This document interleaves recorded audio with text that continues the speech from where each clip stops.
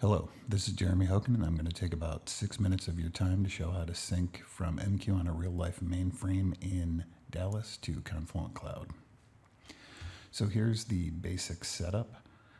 On the left is zOS, on the right is Confluent Cloud. I have an MQ queue set up, JHogan. It's running on zOS. I have access to USS on Zip. I have Confluent Cloud on Google, and over there I have an MQ sync topic and an MQ source topic. I'll be filling up the MQ sync topic with data. Then I'll start a sync connect worker on the mainframe and pull that into MQ. Then I will start a source connector and pull that out of MQ back into Confluent Cloud in a different topic called MQ source.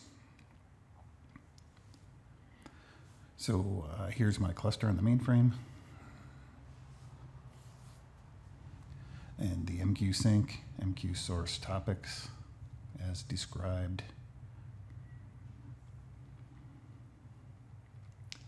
We'll get some data pushing into MQ sync. While that's spinning up, we'll take a look at the various properties files.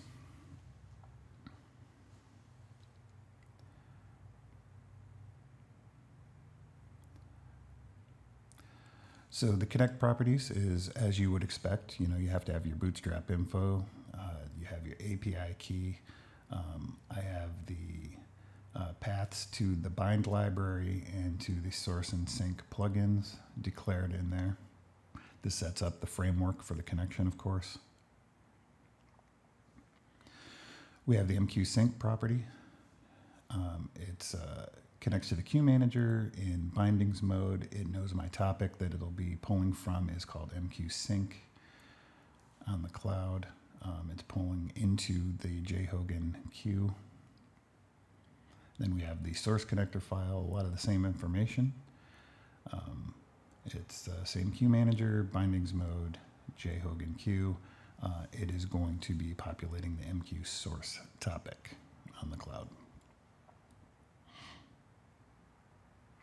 So obviously we see some data flowing now. I have my source connector running still, so that's why you see messages populating in MQ source. I wanted to make sure we had a queue depth of 0 for this. I think we have enough messages, so we can begin to see the queue depth expanding. This is the ISPF menu in zOS.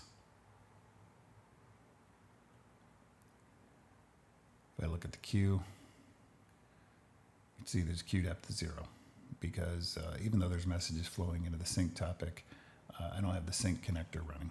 Right now it's the source connector that's keeping that queue empty. So I start the sync connector.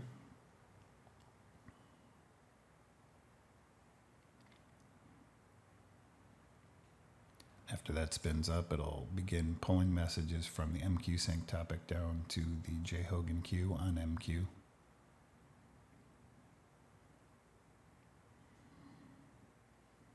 I mean, here you can see there's actually messages in MQ sync from the DataGen producer.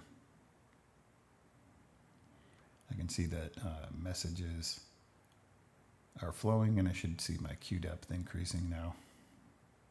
Come out and refresh it. You can see it's already being populated.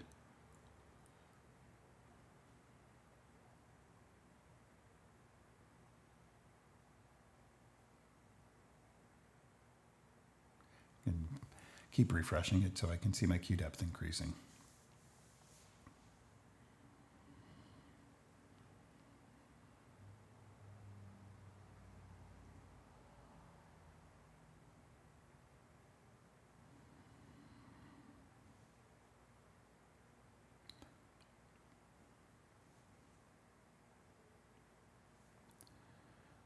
Just going to go ahead and pause this so that I can get back to queue depth 0 for the purposes of the demo.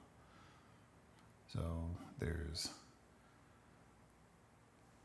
200 and some odd messages in there, and now I keep refreshing and it stopped because the DataGen connector is stopped. Look at MQ source, we'll see that there's no new messages in there currently. This will be populated with messages coming back from the mainframe. Stop the sync connector and start the source connector.